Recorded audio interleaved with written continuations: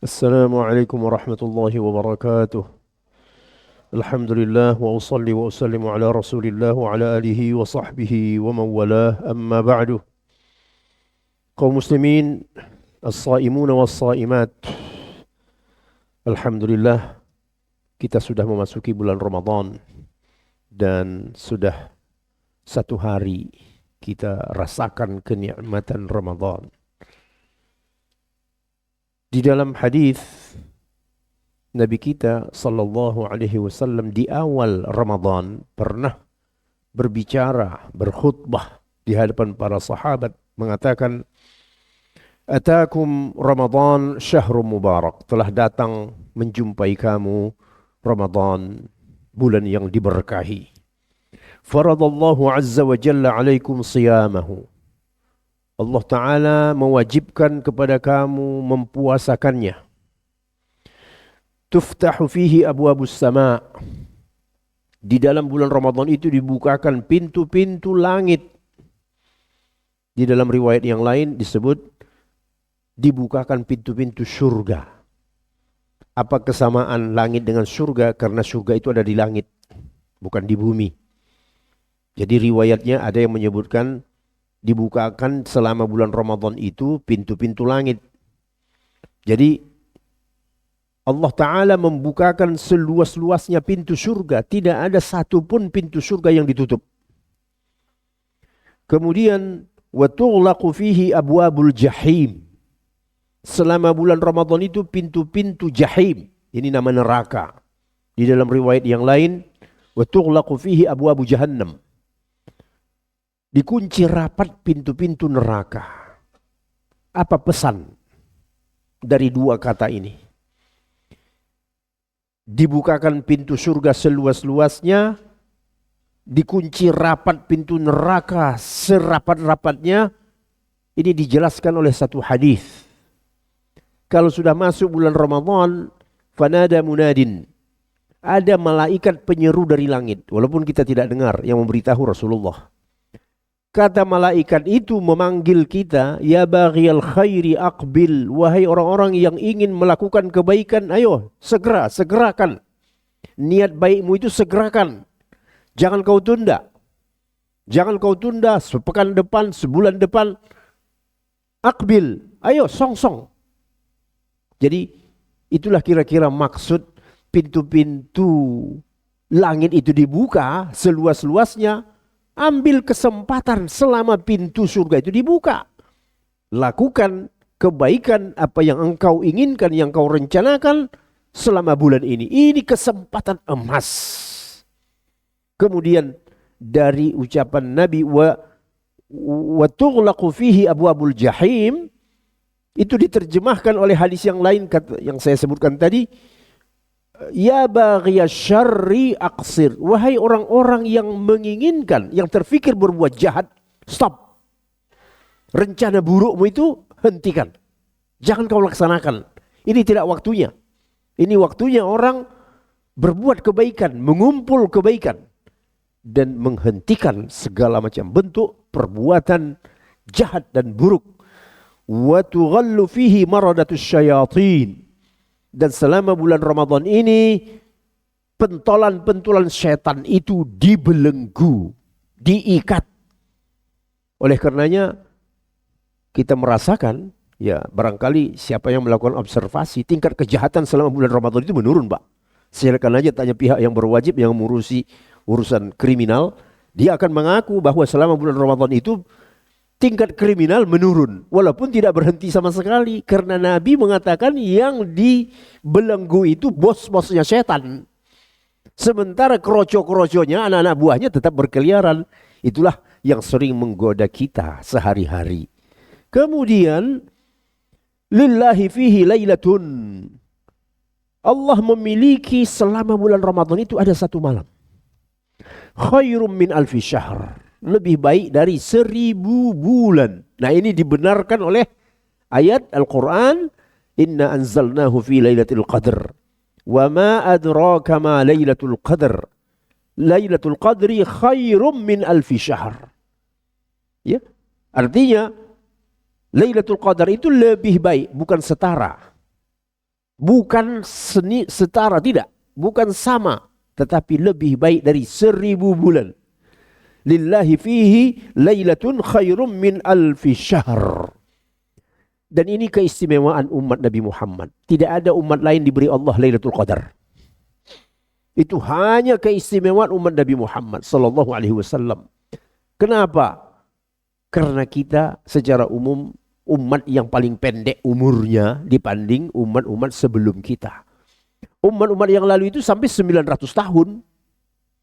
Jadi 900 tahun dia melakukan kebaikan, sementara kita hidup ya tidak jauh-jauh dari umur nabinya 60, 65, ada 1-2 orang 70. Bagaimana mau mengimbangi umat yang umurnya 900 tahun lalu dikasih Allah? Setiap tahun itu ada namanya Lailatul Qadar. Lailatul Qadar itu lebih baik dari 1000 bulan. Kalau dihitung 1000 bulan itu ya sekitar 83 tahun 4 bulan. Bagaimana kalau orang mendapatkan Lailatul Qadar 10 kali dalam hidupnya? Berarti dia mengantongi 830 tahun. Jadi sudah hampir setara dengan umat-umat yang terdahulu, termasuk diantaranya kaumnya Nabi Nuh. Jadi inilah yang harus kita usahakan dengan kerja keras untuk mendapatkan Lailatul Qadar. Karena datangnya Lailatul Qadar itu hanya sekali dalam setahun. Dia tidak ada di bulan Syawal, dia tidak ada di bulan Rajab. Siapa yang beruntung, dialah yang akan mendapatkan itu. Lalu Rasulullah lebih menjelaskan kapan itu Lailatul Qadar. 10 malam terakhir. Taharrau Lailatul Qadri fil ashril awakhir. Cari kamu, intai kamu Lailatul Qadar itu pada 10 malam yang terakhir. Nah, kalau Nabi sendiri sudah menjelaskan indikasinya, letaknya, waktunya 10 malam terakhir, dan kita semua tahu bahwa kehebatan Lailatul Qadar itu sama dengan lebih baik dari 1000 bulan. Kenapa kamu tidak ambil kesempatan? Kenapa kamu tidak cuti untuk 10 hari terakhir? Ketimbang kamu cuti lebaran, tidak ada apa-apanya, tidak ada nilainya. Lebih bagus kamu mengambil cuti untuk 10 hari terakhir Ramadan. Karena di situ jelas keuntungannya. Keuntungannya mendapatkan Lailatul Qadar. Insya Allah kalau orang tiap malam ada di masjid selama 10 malam itu, insya Allah Ta'ala dia akan mengantongi Lailatul Qadar untuk tahun itu. Jadi inilah agama yang datang dari Allah. Jelas, arahnya itu jelas.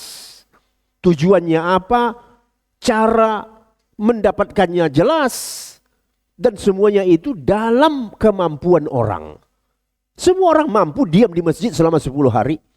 Nah, oleh karenanya jangan sampai ada kegiatan yang mengganggu 10 malam terakhir itu. Apa yang mengganggu kegiatan, mengganggu Lailatul Qadar atau 10 malam terakhir? Kebiasaan orang pulang kampung. Kita harus berani. Prioritas dalam hidup ini harus bisa mencari prioritas. Kalau hanya alasannya rindu kampung, pada hari lain, bulan lain, kamu bisa pulang ke kampungmu mau sebulan. Tetapi Lailatul Qadar 10 hari terakhir itu tidak bisa diganti. Dan tidak ada penggantinya kapanpun. Jadi orang yang cerdas adalah orang yang tahu mana prioritas. Prioritas itu mendapatkan Lailatul Qadar dan dia adanya pada Ashrul Awakhir. Di ujung hadis itu Nabi kita mengatakan apa? Man hurima khairaha faqad hurim. Siapa yang diharamkan untuk mendapatkan, diharamkan artinya, diharamkan itu artinya apa Pak? Tidak ada, tidak bakal dapat, tidak mendapatkan Lailatul Qadar, maka sesungguhnya untuk dia sudah diharamkan semua kebaikan. Waduh, menyedihkan sekali nih. Menyedihkan sekali. Yang tidak dapat Lailatul Qadar itu bahasa ringkasnya itu orang rugi. Karena Allah kasih kesempatan. Dan kesempatan itu dalam jangkauan manusia. 10 malam terakhir. Kenapa kamu tidak ambil kesempatan? Kenapa kamu buang-buang kesempatan itu dengan aktivitas lain yang bisa kamu ganti pada hari-hari yang lain? Ketimbang bermacet-macet di jalan tol, ketimbang ngantri lama-lama di pelabuhan, di bandara, di tempat penyeberangan. Saat-saat itu adalah saat kamu harus berada di rumah Allah Ta'ala. Zikrullah, tilawatul Quran. Kemudian yang ingin kita siapkan dari sekarang itu, apa yang akan kita lakukan selama sebulan ini? Di samping Lailatul Qadar, maka amal-amal favorit itu diantaranya adalah tilawatul Quran. Tilawatul Quran. Karena Ramadan itu ikonnya Al-Quran. Sampai-sampai di ayat yang tadi baru dibacakan Imam, Syahrul Ramadan alladzi unzila fihi Al-Quran. Di bulan Ramadan itulah diturunkan Allah Al-Quran hudan linnas, menjadi petunjuk bagi manusia, wabayyinatin minal huda wal furqan, keterangan dari petunjuk dan menjadi furqan, pembeda antara yang hak dengan yang batil. Nanti di dalam hadis dikatakan nanti di hari kiamat ada 2 amal yang datang tampil menghadap Allah Ta'ala sebagai pembela manusia. Inilah dia. Yang pertama saum, yang kedua Quran. Ya'ti saum wal Quran yaumul qiyamah. Pada hari kiamat 2 ibadah ini datang menghadap Allah. Maka puasa itu berkata kepada Allah, wahai Tuhanku, kuhalangi hambamu ini makan di siang hari. Maka berikan kepadaku hak untuk membelanya di hari ini. Berlapar-lapar kita karena Allah Ta'ala. Karena Allah. Imanan wahtisaban. Bukan karena pujian, bukan karena cari muka. Tetapi kita berlapar-lapar untuk mengharapkan ridha Allah Ta'ala. Dan ini adalah sebuah keberuntungan yang luar biasa. Kemudian datang Quran menghadap Allah. I Rabbi mana'tuhu minan naum fil lail. Wahai Tuhanku, hambamu ini ku cegah dia tidur di malam hari. Sehingga berkurang. Waktu tidurnya berkurang. Karena terus membaca aku. Maka fasyafi'ni fihi. Tolong berikan hak kepada aku untuk membela dia. Jadi 2 amal ini akan tampil di mana nanti di hari akhirat tidak ada pembela. Suami tidak bisa membela, anak tidak bisa membela, ayah tidak bisa membela anak, masing-masing bertanggung jawab pada dirinya sendiri. Atasan semua kabur, apalagi bawahan. Bos semua kabur, tidak ada yang bisa dimintai pertolongan. Karena masing-masing orang dengan perhitungan dirinya. Maka pada saat itu 2 ibadah ini akan tampil. Nah, setelah kita tahu dengan saum dan Al-Quran, apakah tidak tergerak hati ini untuk terus berinteraksi dengan Al-Quran, membaca atau mendengar? Kalau mendengar itu seperti malam-malam Ramadan dibacakan Al-Quran oleh imam. Makin panjang imamnya baca Quran, makin bagus. Bukan makin panjang, makin membuat kita jadi gerah, lelah, capek. Kalau Anda tidak sanggup berdiri, silakan duduk. Jangan menyuruh imam memperpendek bacaan, itu tidak benar. Biarkan imam membaca panjang, Anda tidak sanggup, duduk sebentar. Dan itu boleh. Walaupun tidak kebiasaan di kita, kita duduk sebentar untuk melepas lelah, kemudian sudah enakan sedikit, berdiri lagi. Dan itu suatu hal yang biasa. Atau orang yang memang sudah tidak mampu, silakan bawa kursi. Bawa kursi, duduk di atas kursi, tidak ada larangan. Ya? Jadi orang lain yang ingin mendengarkan Quran lebih panjang, tidak terhalangi oleh kondisi 1-2 orang yang tidak mampu. Karena ini adalah malam-malam Al-Quran. Kita merindukan Al-Quran itu. 1 hari saja kita berpuasa ini sudah terasa pengaruhnya pada ruh kita. Semua kita sudah merasakan. Baru 1 hari puasa, Pak. Hati ini makin teduh. Jiwa makin tenang. Ambisi-ambisi mulai reda. Baru 1 hari. Bagaimana terus dicuci? Karena Ramadan atau puasa ini adalah sebuah cara paling efektif untuk membersihkan jiwa. Kalau membersihkan badan, kamar mandi, sabun, dan seterusnya, pewangi. Tetapi ruh tidak bisa dibersihkan dengan wangi-wangian. Ruh itu dibersihkan dengan ibadah. Salat, lama berdiri, baca Quran, zikir, tadabbur, tazakkur, mengingat Allah Subhanahu wa taala sampai-sampai pada titik kamu menangis. Bayangkan kalau sekiranya Ramadan ini Ramadan terakhir. Bagaimana orang yang meninggal 2 hari sebelum Ramadan? Yang meninggal sebulan sebelum Ramadan? Yang meninggal 10 bulan sebelum Ramadan? Kapan Ramadan terakhir bagi dia? Kapan? Tahun lalu. Apa yang dia lakukan tahun lalu, itulah yang dibawanya masuk kubur. Kalau dia dapat Lailatul Qadar tahun lalu, itulah yang menjadi temannya nanti di dalam kubur. Andaikan ini Ramadan terakhir bagi Anda. Masihkah Anda bermalas-malas? Masihkah Anda tidak mengambil kesempatan dan tidak terdorong? Maka mari sama-sama kita manfaatkan Ramadan ini untuk memperkaya ruh. Orang yang tidak tahan dengar Quran, membaca Quran, di dalam hatinya itu banyak penyakit. Banyak penyakit di dalam hatinya. Maka penyakit itulah yang membuat dia gerah. Wah, kelamaan, kepanjangan.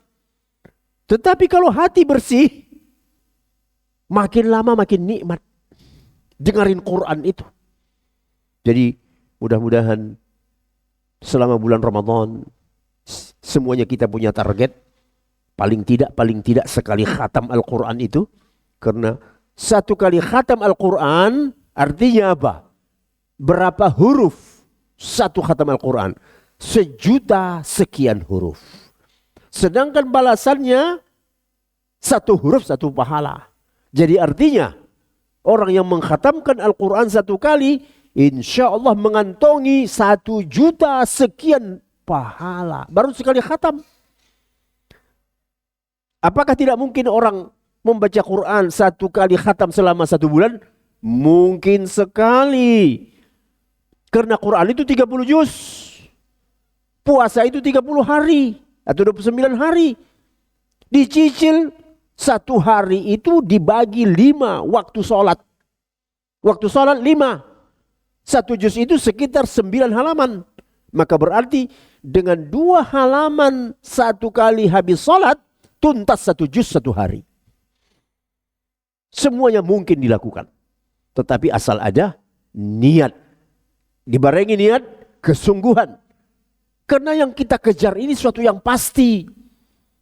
Kalau orang berbisnis, yang dikejarnya itu semuanya itu rencana.